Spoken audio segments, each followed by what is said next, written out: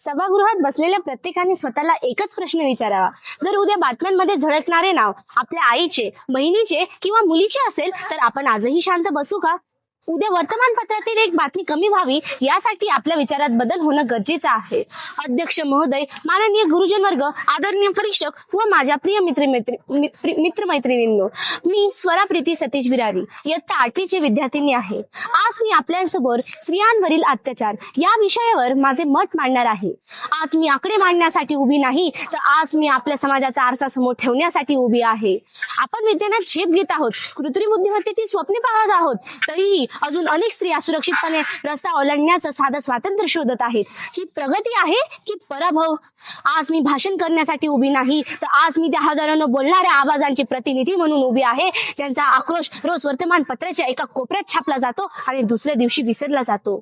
कालची बातमी संपते, आजची नवी बातमी सुरू होते, परंतु एक गोष्ट मात्र कधीच बदलत नाही आणि ती म्हणजे स्त्रियांवर होणारा अत्याचार. गेल्या काही महिन्याभरात आपल्या देशात महिलांवरील अत्याचारांच्या अनेक घटना पुन्हा चर्चेत आल्या आहेत. एखाद्या शहरात अल्पवयीन मुलीवर क्रूर अत्याचार, दुसऱ्या ठिकाणी छेडछाड, तर तिसऱ्या ठिकाणी हुंडाबळी व घरगुती हिंसा. बातम्यांच्या तारखा बदलल्यात, परंतु वेदनांचा इतिहास मात्र तसाच राहिला. आज आपण अशा युगात जगत आहोत जेथे कृत्रिम बुद्धिमत्ता म्हणजेच AI माणसाला अवकाशात घेऊन जात आहेत. परंतु या तंत्रज्ञानाचा वापर करून काही जण महिलांचे बनावट फोटो व व्हिडिओ तयार करून त्यांना मानसिक छळाला सामोरे जाण्यास भाग पाडत आहेत. एका बाजूला प्रगतीचे शिखरे गाठणारा समाज, तर दुसऱ्या बाजूला स्त्रीच्या अब्रूवर होणारा आघात. किती मोठा विरोधाभास आहे हा.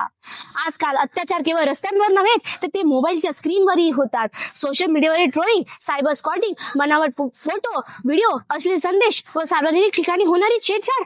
अत्याचारांचे रूप बदलले आहेत, परंतु वेदना मात्र तितक्याच तीव्र आहेत. मला एक प्रश्न पडतो, आपण इतके संवेदनशील झालो आहोत की एखादी भयंकर घटना घडली की थोडे दिवस संताप व्यक्त करायच्या, मेणबत्त्या पेटवायच्या, सोशल मीडियावर पोस्ट टाकायची, मग पुन्हा काही सगळं विसरून जायचं. प्रश्न असा नाही की कायदे आहेत की नाहीत, प्रश्न असा आहे की प्रत्येक मुलीला घरी परतताना स्वतःच्या सुरक्षिततेची चिंता का वाटते. प्रत्येक आई आपल्या मुलीला धैर्य शिकवते, परंतु समाज मुलांना स्त्रीचा आदर करा शिकवण्याची जबाबदारी केव्हा स्वीकारणार. पुराणांमध्ये म्हटले गेले आहे, यत्र नार्यस्तु पूजन्ते रमन्ते तत्र देवतः, म्हणजे जेथे स्त्रीचा आदर, स्त्रीची पूजा केली जाते, तेथे देवांचा वास असतो. आणि हीच गोष्ट आज आपल्या मुलांना शिकवण्याची फार गरज आली आहे. स्त्रीला दयेची नाही तर न्यायाची गरज आहे, संरक्षणाची नाही तर समानतेची गरज आहे, तिच्या मर्यादांना भिंती नव्हे तर विश्वासाची गरज आहे. आपल्या घरातील प्रत्येक मुलीला सावध राहा सांगण्याऐवजी मुलांना स्त्रीचा आदर करा सांगण्याची गरज आली आहे. कारण ती फक्त कोणाची बहीण, आई किंवा मुलगी नाही, तर ती तिच्या स्वतःच्या स्वप्नांची, कर्तृत्वाची व अस्तित्वाची स्वतंत्र ओळख आहे.